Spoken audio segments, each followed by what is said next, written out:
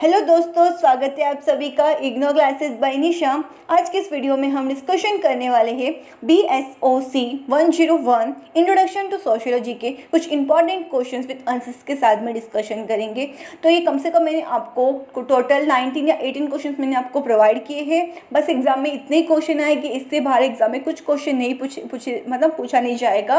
ये पूरी तरीके से आपके एग्जाम के जो कम से कम 9 साल के जो प्रीवियस क्वेश्चन पेपर है ना, 8 या 9 साल के, ये पूरी तरीके से उन क्वेश्चन पे बेस्ड है। मीन्स ऐसे क्वेश्चन जो एग्जाम में बार बार रिपीट हुए हैं, मतलब ऐसे क्वेश्चन जो एग्जाम में हर साल कम से कम 9 साल के पेपर में बार बार ये क्वेश्चन पूछे गए हैं और कौन से टॉपिक से रिलेटेड एग्जाम में क्वेश्चन पूछे गए हैं। तो पूरी तरीके से वो क्वेश्चन है, मतलब इसमें 18 क्वेश्चन है। इससे अलावा एग्जाम में इससे बाहर कुछ नहीं आएगा, बस इतना आएगा और आपको एग्जाम में इतने ही प्रिपेयर करके जाना है। तो आइए हम देखते हैं फर्स्ट क्वेश्चन। तो फर्स्ट क्वेश्चन पूछा गया, एक्सप्लेन करना है पर्सपेक्टिव किसका, मिल्स का और बर्मन्स का, किस रिलेटेड अंडरस्टैंडिंग सोशलिटी से रिलेटेड, क्या क्या इसके पर्सपेक्टिव से। मिल्स के साथ साथ में बाउमैन का क्या क्या अंडरस्टैंडिंग है सोशलिटी से रिलेटेड। तो जो मिल्स है, जो सोशलिस्ट मिल्स है, साथ साथ में जो बाउमैन, दोनों का जो पर्सपेक्टिव है सोशलिटी से रिलेटेड अलग अलग है। तो दोनों के अलग अलग तरीके से समझते हैं सोशलिटी को। तो फर्स्ट जो मिल्स के बारे में है, ये सोशलिटी को कौन से वे में देखते हैं, सोशियोलॉजिकल इमेजिनेशन के थ्रू देखते हैं। एम्फसाइज करते हैं कौन से कॉन्सेप्ट पे, सोशियोलॉजिकल इमेजिनेशन पे, जो रेफर करते हैं द एबिलिटी, जो कनेक्ट करता है पर्सनल एक्सपीरियंस को टू लार्जर सोशल स्ट्रक्चर्स पे। तो ये सोशल इमेजिनेशन पे मतलब जो मिल्स का फोकस होता है। साथ साथ में ये आर्ग्यू करते हैं कि जितने भी इंडिविजुअल है जो देखते हैं इनकी प्रॉब्लम को एज ए पर्सनल प्रॉब्लम, ना कि पब्लिक इशू के थ्रू देखते हैं। तो ये तो इन्होंने अपने मतलब सोशल इमेजिनेशन के थ्रू इन्होंने अपने व्यू बताए हैं। फिर उसके बाद में जो इन्होंने साथ साथ में कंपैरिजन भी किया है इसमें कि सेकंड देखिए, जो मिल्स है, देखिए जो सोशलिस्ट मिल्स है, उनके हिसाब से जो अंडरस्टैंडिंग के सोशलिटी से रिलेटेड, उनके हिसाब से सोशल इमेजिनेशन के थ्रू उन्होंने देखा है, सोशल रियलिटी को समझा है। लेकिन जो बाउमन करके जो है सोशलिस्ट, उन्होंने लिक्विड मॉडर्निटी के रूप से देखा है किसको, सोशल रियलिटी को। तो दोनों का जो व्यूज़ है अंडरस्टैंडिंग सोशलिटी से रिलेटेड, दोनों का अलग अलग है। साथ साथ में आपको कुछ एग्जाम्पल्स भी इसमें प्रोवाइड किए गए हैं। फिर उसके बाद में आप लास्ट में देखोगे कि इसमें कंपेरिजन किया गया है मिल्स का भी और बाउमन का भी। अगर कोई एग्जाम में इससे रिलेटेड कंपेरिजन पूछा जाता है तो आप सेम लिखोगे तो भी आपको मार्क्स मिल जाएगा, या आपको अलग से लिखना चाहोगे मतलब अगर आपको एग्जाम में से कुछ क्वेश्चन आता है इससे रिलेटेड, तो अगर हो सके तो आप ये आंसर लिखोगे तो आपको मतलब मार्क्स मिल जाएगा। आपको चिंता करने की कोई बात नहीं है। वैसे एग्जाम में कंपैरिजन पूछा जाता है, कुछ मतलब पेपर्स में देखा है कि क्वेश्चन पूछे जाते हैं। तो अगर आपको एग्जाम में इससे रिलेटेड क्वेश्चन आए तो प्लीज़ आपको ये आंसर लिखना है और आप काफ़ी अच्छे से मतलब लिखोगे तो मार्क्स आपको मिल जाएगा।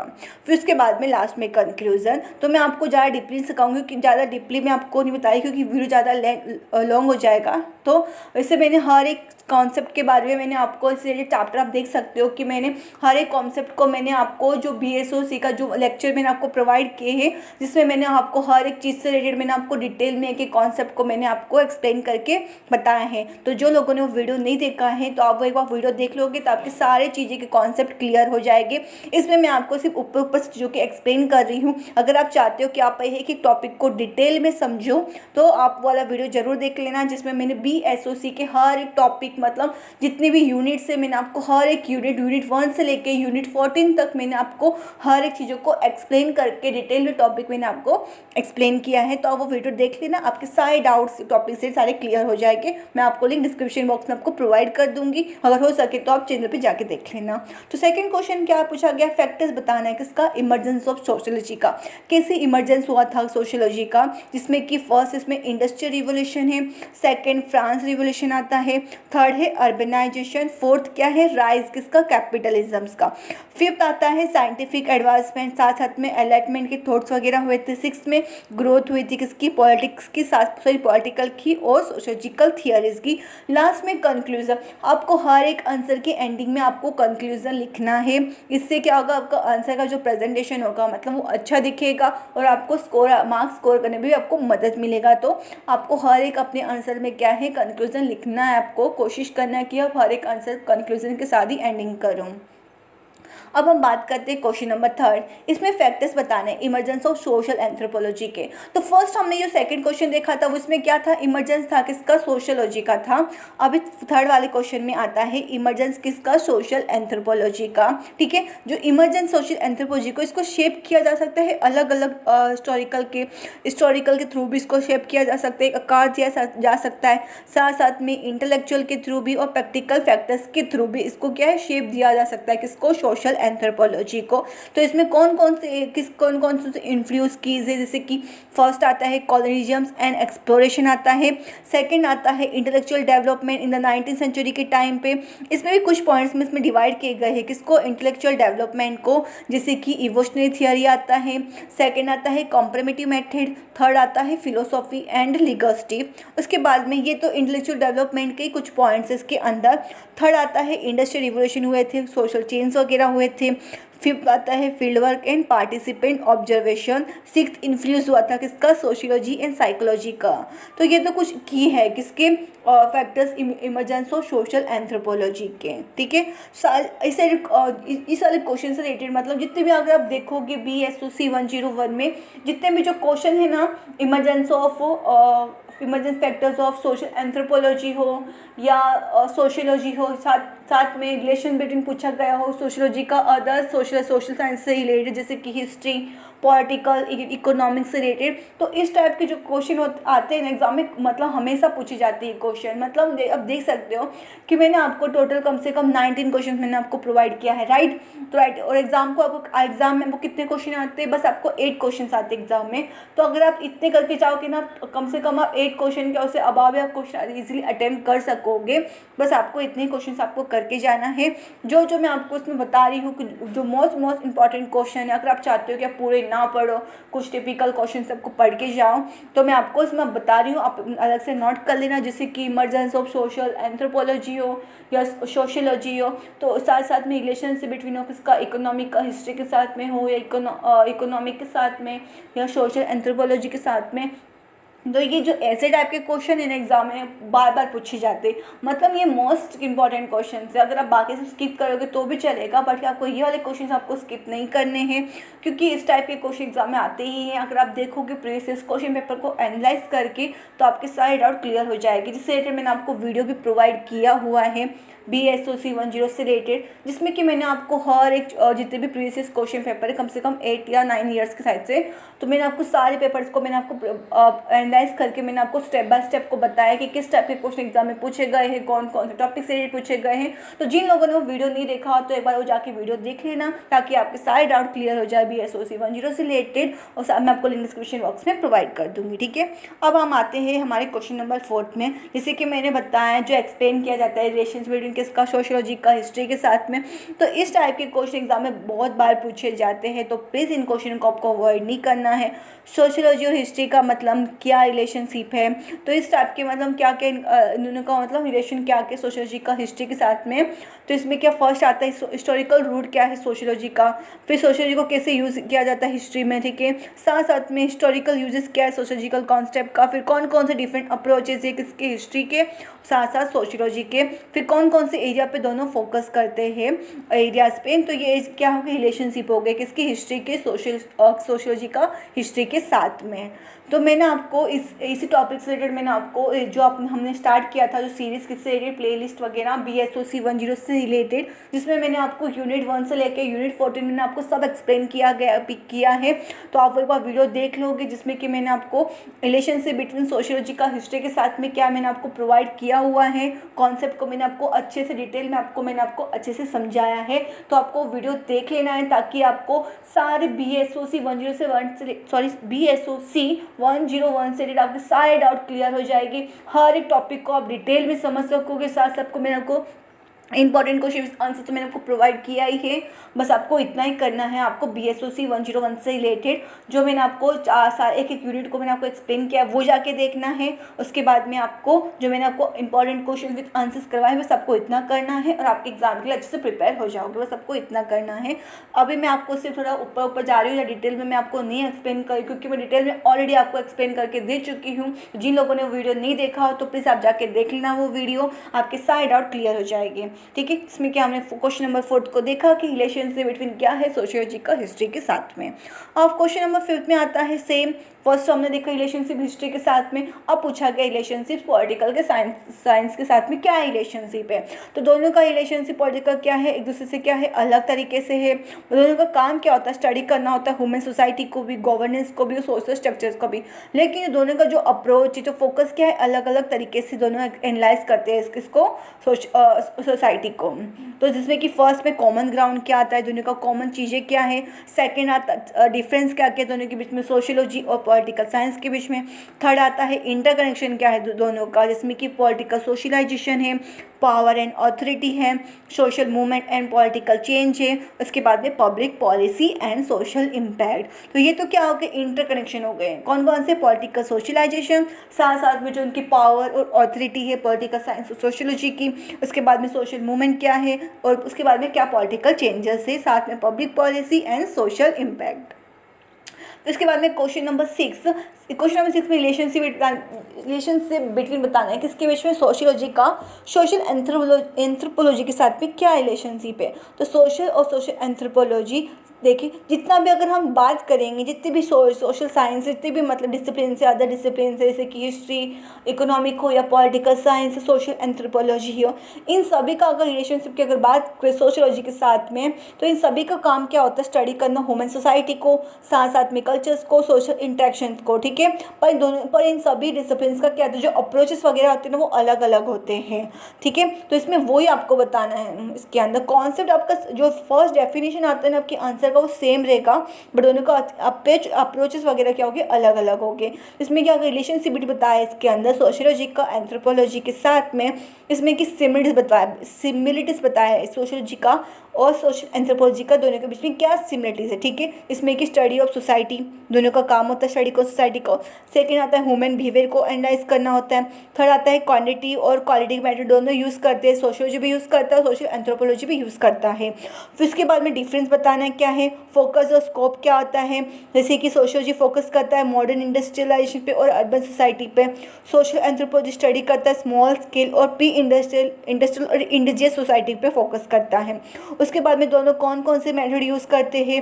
फिर उसके बाद में थर्ड पॉइंट आता है कौन कौन से पर्सपेक्टिव की एम्फसाइज करते हैं सोशियोलॉजी किसके ऊपर, सोशल स्ट्रक्चर्स के ऊपर, पावर डायनेमिक और सोशल चेंज के ऊपर। उसी वे में सोशल एंथ्रोपोलॉजी किस पे फोकस करता है, मोर कल्चर पे फोकस ज़्यादा करता है ये, और सिंबल्स और प्रैक्टिस, इन सब चीज़ों पे क्या है, ये फोकस ज़्यादा करता है कौन, सोशल एंथ्रोपोलॉजी।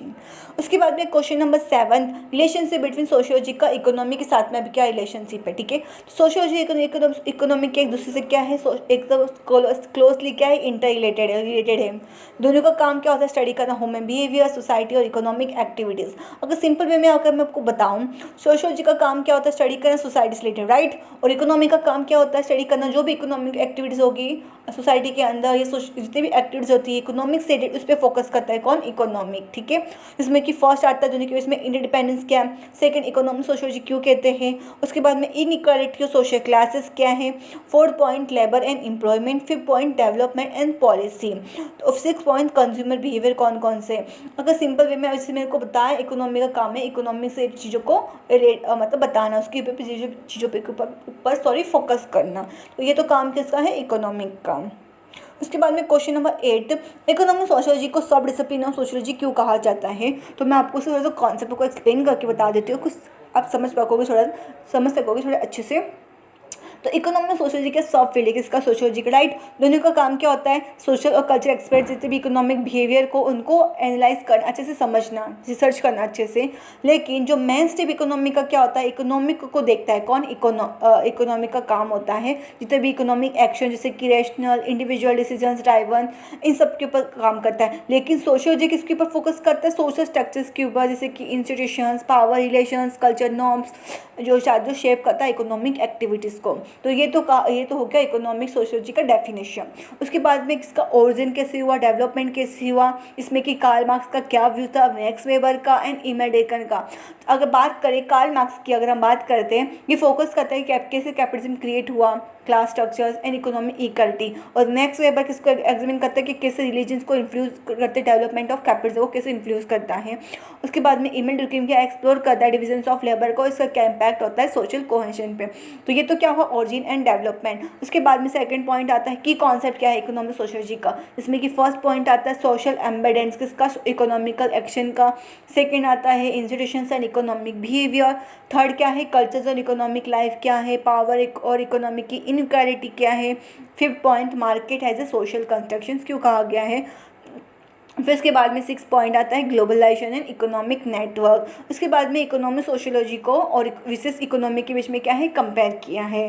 ठीक है, तो ये तो हमने देखा रिलेशनशिप किसका रिलेशनशिप नहीं इकोनॉमिक सोशियोलॉजी को सब डिसिप्लिन ऑफ सोशियोलॉजी क्यों कहा जाता है। इसमें कि हमने ओरिजिन एंड डेवलपमेंट देखा, इसमें की कॉन्सेप्ट देखा इकोनॉमिक सोशियोलॉजी का, इसमें हमने कुछ पॉइंट डिस्कस किया, लास्ट में इकोनॉमिक सोशियोलॉजी विशेष इकोनॉमिक में कंपेयर किया है।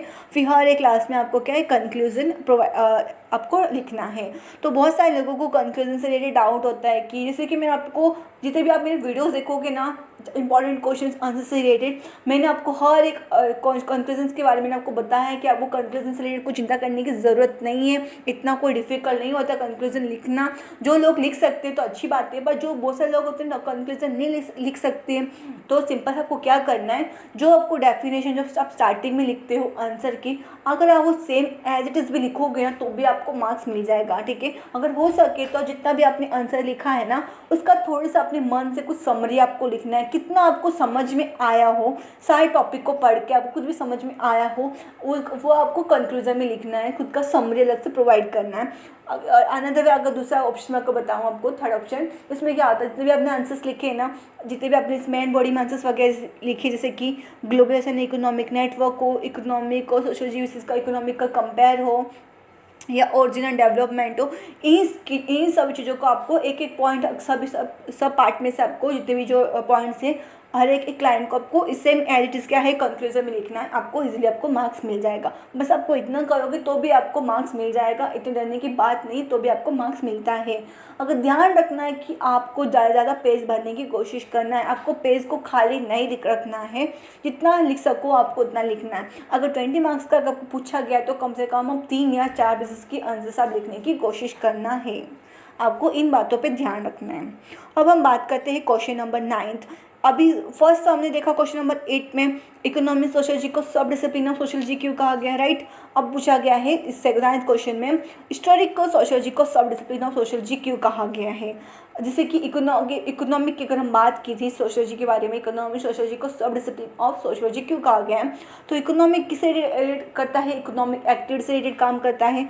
सेम हिस्ट्री का काम क्या होता है, हिस्टोरिकल वे में मतलब हिस्टोरिकल वे के थ्रू एक एनालाइज करता है सोसाइटी को, ह्यूमन बिहेवियर को, साथ साथ में हर एक चीज़ को, एटीट्यूड वगैरह को हिस्टोरिकल के वे में। तो हिस्टोरिकल डेफिनेशन की अगर मैं आपको एक्सप्लेन करती हूँ तो हिस्टोरिकल सोशियोलॉजी की ब्रांच है किसकी, सोशियोलॉजी की एक ब्रांच है। कौन, सोशियोलॉजी की। हिस्टोरिकल सोशियोलॉजी दोनों ये एग्जामाइन करता है कि सोसाइटी चेंज होती है समय के अनुसार, किस सोसाइटी चेंज होती है, पूरे क्या है एक प्रकार की सर्च करता है कैसे सोसाइटी चेंज होती है समय के अनुसार। ये सब कैसे हिस्ट्री होती है, मतलब ये कैसे सर्च करती है, चाहे वो हिस्टोरिकल इवेंट हो, किसी चीज़ का रिकॉर्ड किया हो, साथ साथ में कोई लॉन्ग टर्म प्रोसेस हो, जो भी रिकॉर्ड किए जाते हैं हिस्टोरिकल इवेंट्स में, सोशल स्ट्रक्चर्स में अगर हम देखें उनके थ्रू पूरी तरीके से क्या ये सर्च करती है। साथ में ये दोनों की एक ब्रिज गैप है किसके बीच में, हिस्ट्री और सोशियोलॉजी का बीच में, जहाँ हिस्टोरिकल जहाँ यूज़ करते हैं हिस्टोरिकल डेटा को, जहाँ सोशियोलॉजी क्या होता है यूज़ करता है हिस्टोरिकल डेटा को एनालाइज करने के लिए, पैटर्न ऑफ सोशल डेवलपमेंट को, कॉन्टिन्यूटी और ट्रांसफॉर्मेशन को मतलब इन सब चीज़ें एनालाइज करने के लिए सोशियोलॉजी यूज़ करता है हिस्टोरिकल डेटा को। तो ये तो हो गया कॉन्सेप्ट हो गया, ठीक है। इसलिए हिस्टोरिकल सोशियोलॉजी को सब डिसिप्लिन ऑफ सोशियोलॉजी कहा जाता है। तो ये तो हमने डेफिनेशन देखा। अब इसके फ्यूचर कौन कौन से आते हैं हिस्टोरिकल सोशियोलॉजी के, इसमें कि फर्स्ट क्या है हिस्टोरिकल कॉन्टेक्स्ट इन social analysis, third comparative approach पूछा गया, थर्ड इंटरडिसिप्लिनरी नेचर क्या है उसके बाद में फोकस किस पे करता है, सोशल स्ट्रक्चर्स एंड एजेंसी पे।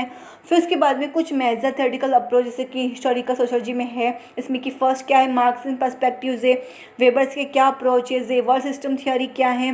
फिर उसके बाद में क्या क्या एप्लीकेशन हिस्टोरिकल सोशियोलॉजी का। उसके बाद में क्वेश्चन नंबर 10 डिफरेंस बिटवीन बताना है सोशियोलॉजी का और सोशल एंथ्रोपोलॉजी का। तो स्टार्टिंग में अगर हमें क्वेश्चन हमने देखा था इसमें कि इमर्जेंस ऑफ सोशियोलॉजी और इमर्जेंस ऑफ सोशल एंथ्रोपोलॉजी था, और हमने रिलेशनशिप बिटवीन भी देखा सोशियोलॉजी और एंथ्रोपोलॉजी के साथ में। अब हम देख रहे हैं क्वेश्चन नंबर 10 में रिलेशनशिप किसका, सोशियोलॉजी का सोशल एंथ्रोपोलॉजी के साथ में। तो जो इस टाइप के क्वेश्चन एग्जाम में बार बार पूछे जाते हैं तो प्लीज़ आपको कुछ क्वेश्चन आपको अवॉइड नहीं करना है, जैसे कि मैंने आपको पहले भी बताया था, जैसे कि रिलेशनशिप ऑफ सोशियोलॉजी का एंथ्रोपोलॉजी के साथ में हो, या हिस्ट्री हो, इकोनॉमिक या पॉलिटिकल साइंस में हो, तो इस टाइप के क्वेश्चन एग्जाम में बार बार पूछे जाते हैं।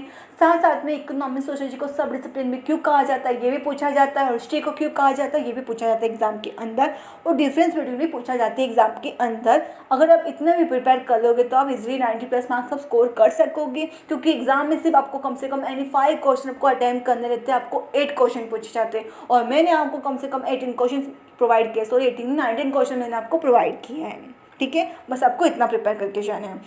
अब बात आते हैं हमारे क्वेश्चन नंबर 10 पे थे, उसमें क्या हमें एक्सप्लेन करना है डिफरेंट बताना है दोनों के बीच में, सोशियोलॉजी और सोशल एंथ्रोपोलॉजी का। ठीक है, तो सोशियोलॉजी और सोशल एंथ्रोपोलॉजी क्या एक दूसरे से क्लोजली रिलेटेड है। दोनों का काम क्या था, स्टडी करना ह्यूमन सोसाइटी को, साथ साथ में कल्चर्स को, सोशल बिहेवियर को। ठीक है, अब इसमें डिफरेंट बताना है, मतलब दोनों का फोकस किस किस के ऊपर है, सोशियोलॉजी का और सोशल एंथ्रोपोलॉजी का, राइट। उसके बाद कौन कौन से मेथड होते हैं दोनों के, सोशियोलॉजी कौन सा मेथड यूज़ करती है, सोशल एंथ्रोपोलॉजी कौन से मेथड यूज़ करती है। फिर इसके बाद में थ्योरेटिकल अप्रोचेस कौन कौन से सोशियोलॉजी का और साथ में सोशियोलॉजी एंथ्रोपोलॉजी का।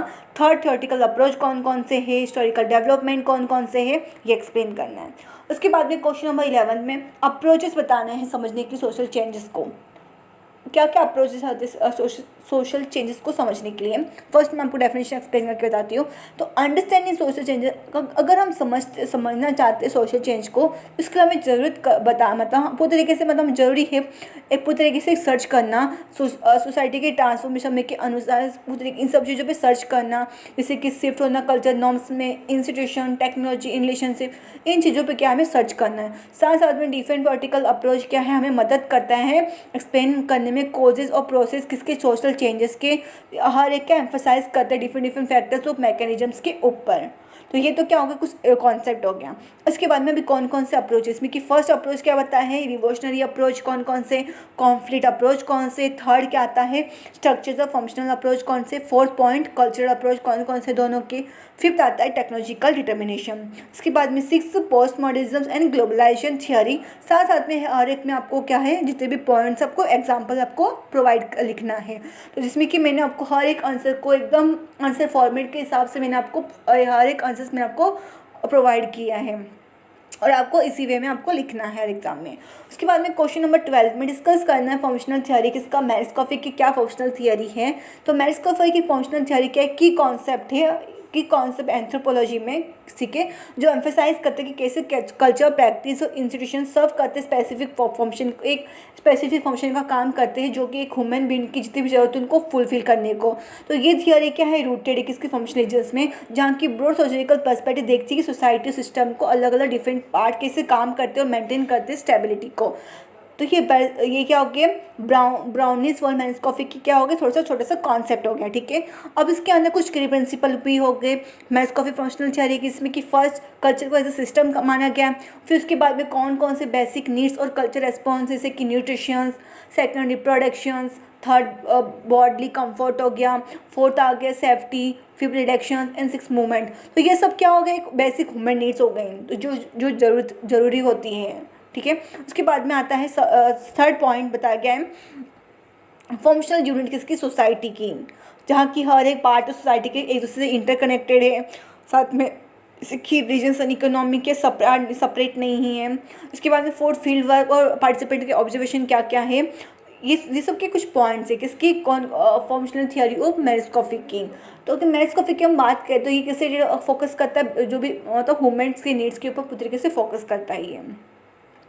फिर इसके बाद में क्वेश्चन नंबर 30, डिस्क्राइब करना रिलेशनशिप बिटवीन किसके बीच में, सोशियोलॉजी और साइकोलॉजी के बीच में। तो सोशियोलॉजी और साइकोलॉजी का एक दूसरे से क्लोजली रिलेटेड, सोशल साइंस हर एक, अगर हम बात करेंगे जितने भी सोशल साइंस हैं जैसे कि history, economic, political science, psychology, सभी चीज़ों का काम क्या होता है, स्टडी करना ह्यूमन बिहेवियर का काम होता है। पर दोनों का अप्रोचेस क्या होते हैं, अलग अलग होते हैं। अभी इसी वे में साइकोलॉजी का क्या काम होता है, अलग फोकस करता है, ये इंडिविजुअल मेंटल प्रोसेस पे फोकस करता है, इमोशंस एंड बिहेवियर पर।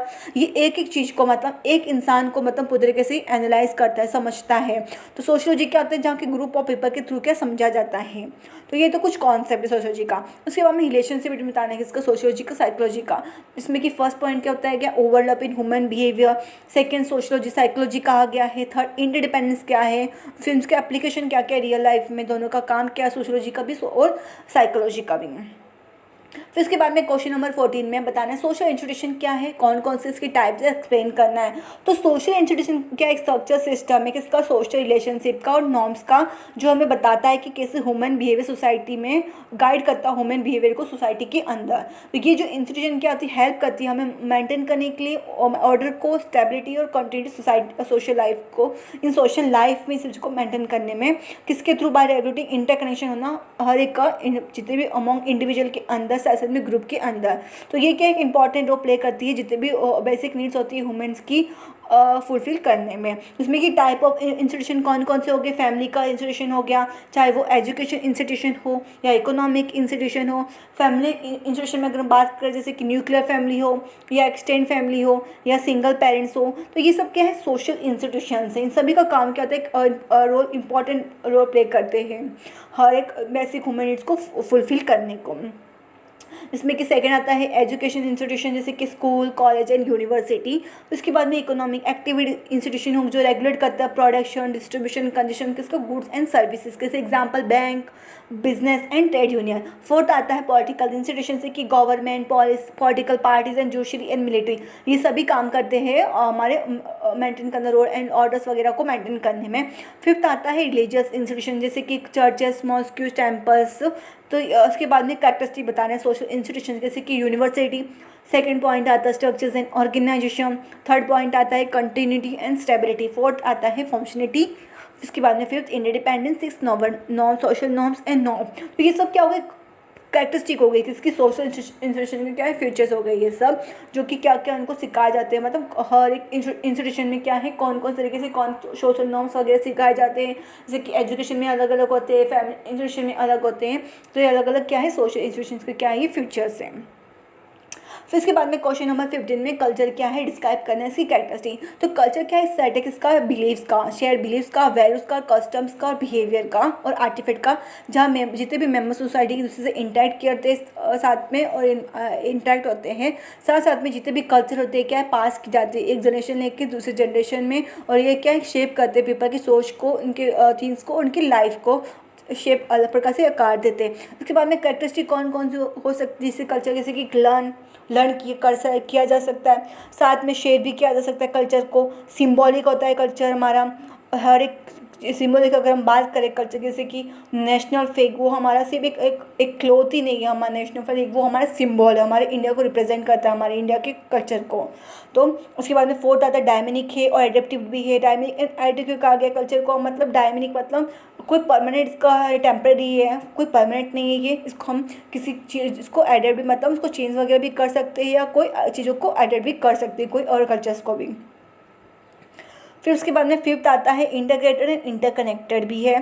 फिर उसके बाद में ट्रांसमिट किया जा सकता है इसको हर एक जनरेशन एक दूसरे जनरेशन में, जैसे कि आज के टाइम में हमारा जो जनरेशन है, अभी आगे वाला जनरेशन होगा, जो हमारे जो एंसेस्टर्स जो कल्चर्स फॉलो करते थे सेम अगर वो हम जितने भी हमारे कल्चर्स हम उसको फॉलो करते रहे, तो आगे आने वाली जो हमारी पीढ़ी होगी वो भी हमारी क्या है, सेम कल्चर को ही फॉलो करेंगी। तो इसको इसलिए कहा गया है कि ट्रांसमिटेड है अक्रॉस जनरेशन। थर्ड के 7th पॉइंट आता है वेरिड और डाइवर्स, अलग अलग कल्चर्स। इसके बाद में हर एक कल्चर की अपनी अलग ही पहचान होती है। थर्ड पॉइंट क्या है, प्रोवाइड करती है आइडेंटिटी। फिर इसके बाद में क्वेश्चन नंबर 16 कम्युनिटी क्या है, डिस्क्राइब करना है इसकी कैरेक्टरिस्टिक। तो कम्युनिटी क्या इस ग्रुप है किसकी, इंडिविजुअल की, जो शेयर करती है common values, interest, geographical location, साथ में इंटरेक्ट होती है एक दूसरे के साथ में। ये किस किस पे बेस होती है, social relationship, cultures, economic connection और शेयर परचेज पर। उसके बाद में कम्युनिटीज़ की अगर हम बात करेंगे कौन कौन से फॉर्म्स हो, जैसे कि जोग्राफिकल कम्युनिटीज़ कौन कौन सी हो गई, विलेजेस हो गई, टाउन्स एंड सिटीज़ हो गई। कल्चर कम्युनिटीज़ कौन सी हो गई, एथिक एंड रिलीजियस ग्रुप्स वगैरह, प्लेसेस वगैरह, ये सब क्या हो गई, कल्चर कम्युनिटीज़ हो गई। उसके बाद में इंटरवेस्ट कम्युनिटीज़ हो गई, जैसे कि ऑनलाइन गेमिंग हो गई, ग्रुप्स एंड प्रोफेशनल नेटवर्क। तो ये क्या हो गई, अलग अलग कम्युनिटीज़ हो गई। उसके बाद में कैरेक्टरिस्टिक की अगर हम बात करें तो कौन कौन सी कैरेक्टरिस्टिक होती है इसमें, कि कॉमन गोल होता है और इंटरेस्ट होता है, जोग्राफिकल एरियाज हो गया। थर्ड क्या है, सोशल इंटरेक्शन। फोर्थ क्या आता है, शेयर करते हैं कल्चर्स एंड ट्रेडिशंस को। फिफ्थ क्या है, म्यूचुअल सपोर्ट है और कॉम्परेशन भी है, मेल जोल भी है। सिक्स क्या है, सेंस ऑफ बिलोंगिंग। फिर इसके बाद में सेवन्थ ऑर्गेनाइज करता है स्ट्रक्चर्स को। एट क्या है, सस्टेनेबिलिटी एंड कॉन्टिन्यूटी। फिर इसके बाद में क्वेश्चन नंबर 17 डिस्कस करना है डिफरेंट डायमेंशन किसके रोल्स के। तो रूल्स को हम समझ सकते हैं किसके थ्रू, मल्टीपल डायमेंशन के थ्रू। हर एक इन्फ्लुएंस करते हैं इंडिविजुअल, कैसे एक इंडिविजुअल एंटिटी फंक्शंस करते हैं अलग अलग वेरियस कॉन्टेक्स्ट में। जैसे कि किन डायमेंशन कौन कौन से हो गए रोल्स के, फॉर्मल हो गए, साथ साथ में विशेष इनफॉर्मल रोल्स भी हो गए, प्रिस्क्राइब भी बताया, साथ साथ में एनेक्टेड रोल्स क्या है। उसके बाद में रोल प्रिसप्शन है। फोर्थ आता है सिंगल भी और मल्टीपल रोल्स भी है। उसके बाद में रोल कॉन्फ्लिक्ट है, विसेस रोल कंपेटेबिलिटी भी है। फिर पॉइंट 6 पॉइंट आता है रोल एम्बिगिटी विसेस रोल क्लैरिटी। साथ में आपको एक्सप्लेन करना है एग्जांपल के साथ में। ये तो क्या हो गया, डिफरेंट डायमेंशन हो गए रोल्स के। इससे बहुत सारे प्रकार के डायमेंशन होते हैं रोल्स के, जिसमें मैंने आपको कम से कम 6 डायमेंशन को मैंने आपको प्रोवाइड किया है। फिर उसके बाद में क्वेश्चन नंबर 18 एक्सप्लेन करना है कॉन्सेप्ट किसका, रोल का सुटेबल एग्जांपल के साथ में हर एक रोल के बारे में बताना है। तो कॉन्सेप्ट ऑफ रोल क्या है, रेफर करता है क्या, सेट ऑफ बिहेवियर, क्या एक सेट, कॉन्सेप्ट ऑफ रोल के सेट होता है किसका, बिहेवियर का, रेस्पॉन्सिबिलिटी का और एक्सपेक्टेशंस का, जो कि किसके साथ जुड़े होते हैं, पर्टिकुलर पोजीशन और स्टेटस, सोसाइटी के अंदर जुड़े हुए रहते हैं एक पर्टिकुलर पोजीशन। साथ साथ में रोल डिफाइन करता है कैसे इंडिविजुअल और एंथेसिस क्या है, एक ऐड करते हैं हर एक स्पेसिफिक सिचुएशन में बेस्ड ऑन सोशल नॉर्म्स के ऊपर, जॉब डिस्क्रिप्शन के ऊपर और एक्सटेब्लिश के ऊपर। हर एक चीज़ों का एक अलग अलग रोल प्रोवाइड किया गया। जैसे कि फर्स्ट आता है सोशल नॉर्म्स हो गए। सोशल नॉर्म्स क्या क्या एक्सेप्टेड बिहेवियर रेस्पॉन्सिबिलिटी किसकी, इंडिविजुअल की, सोसाइटी के अंदर होती है। जैसे कि पेरेंट्स का काम क्या होता है, प्रोवाइड करता है, हमें केयर प्रोवाइड करते हैं, गाइडेंस करते हैं, सपोर्ट करते हैं चिल्ड्रंस को। सेकंड क्या आता है, ऑर्गेनाइजेशन रोल। ये क्या होता है, हर एक मतलब स्पेसिफिक एम्प्लॉय हो या अलग वुमेंस, सभी के क्या होता है, अलग अलग रूल्स होते हैं। ये डिफाइन करता है जॉब डिस्क्रिप्शंस को। जैसे कि मैनेजर का क्या रिस्पॉन्सिबिलिटी होता है, चाहे कोई सुपरवाइजर हो उनकी क्या रिस्पॉन्सिबिलिटीज़ होते हैं, वर्कर्स की क्या रिस्पॉन्सिबिलिटी होती है। तो ये ऑर्गेनाइजेशंस के रोल्स हो गए। थर्ड आता है फंक्शनल रोल, कौन से टीम्स के अंदर, जैसे कि लीडर्स क्या गाइड करता है, मोटिवेट करता है टीम लीडर्स को अचीव करने के उनके गोल को। फोर्थ आता है कल्चर रोल, कौन कौन से की ट्रेडिशंस, कस्टम्स एंड सोसाइटीज़। तो ये क्या होगी, कल्चर्स के रोल्स होते हैं जो एक प्रकार की गाइड करता है कम्युनिटी को कल्चर से रिलेटेड।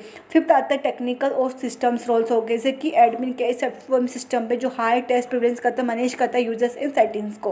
तो ये तो क्या है टेक्निकल और सिस्टम रोल, मतलब हर एक चीज़ का क्या है एक अलग अलग रोल्स होता है, तो इसमें वो एक्सप्लेन किया गया है। लास्ट में आपको कंक्लूजन लिखना है। तो आज की वीडियो में हमने कम से कम डिस्कशन किया 18 टॉपिक को हमने देखा, इंपॉर्टेंट क्वेश्चंस को, साथ में कुछ मैंने आपको आंसर्स के साथ में भी आपको मैंने प्रोवाइड किया। ऊपर से डिटेल में नहीं बताया मैंने आपको, थोड़ा सा ऊपर मैं आपको एक्सप्लेन किया, क्योंकि ऑलरेडी मैं आपको इसी से रिलेटेड मैं आपको वीडियो एक्सप्लेन करके मैं आपको प्रोवाइड कर चुकी हूँ, जिसमें कि मैंने आपको स्टार्टिंग से लेके मतलब BSOC 101 के मैंने आपको हो जितने भी चैप्टर्स है BSOC 101 में मैंने आपको स्टार्टिंग से लेके मैंने एंडिंग तक आपको हर एक चैप्टर के हर एक टॉपिक को मैंने डिटेल में आपको एक्सप्लेन करके मैंने आपको प्रोवाइड किया गया है। तो ये सारे जितने भी टॉपिक है आपको, अगर आप वो वीडियो देखोगे तो आपके सारे टॉपिक आपके क्लियर हो जाएंगे। आपको ये आंसर्स भी आपको याद करने की जरूरत नहीं पड़ेगी, अगर वो मेरे वो वीडियो देखोगे उसके थ्रू भी आपको हर एक चीज़ आपको याद हो जाएगी। अगर हो सके तो प्लीज़ वो वीडियो देख लेना है। अगर आप अच्छे से पढ़ना चाहते हो, खुद से मतलब रीड करना चाहते हो, तो प्लीज़ वो वीडियो देख लेना, ताकि आपकी हर एक चीज़ आपको समझ में आ जाए कॉन्सेप्ट, और आपको जो मैंने आपको आंसर्स प्रोवाइड किए हैं आपको वो याद करने में भी आपको डिफ़िकल्ट ना हो, हर एक चीज़ का आंसर आपको समझ में आ जाए, पढ़ने में मुश्किल ना हो। मैंने आपको बहुत ही सिंपल और ईजी लैंग्वेज में मैंने आपको समझाया है हर एक कॉन्सेप्ट को। तो प्लीज़ वो वीडियो एक बार जाके ज़रूर देख लेना, ताकि आपके सारे डाउट को क्लियर हो जाए। हो सके तो आपको लिंक डिस्क्रिप्शन बॉक्स में मैं आपको प्रोवाइड कर दूँगी।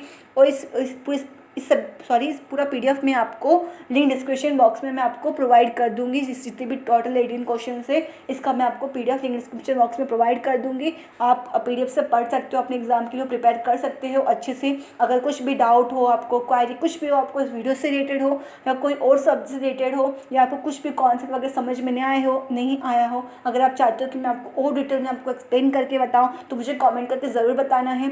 और कौन से और सब्जेक्ट से आपको इंपॉर्टेंट क्वेश्चन चाहिए या प्रीवियस क्वेश्चन पेपर या चैप्टर एक्सप्लेनेशन चाहिए तो मुझे कमेंट करके ज़रूर बताना है। और अगर आपको ये मेरा वीडियो अच्छा लगा हो तो प्लीज़ लाइक करना है, शेयर करना और सब्सक्राइब करना है। Thank you for watching video.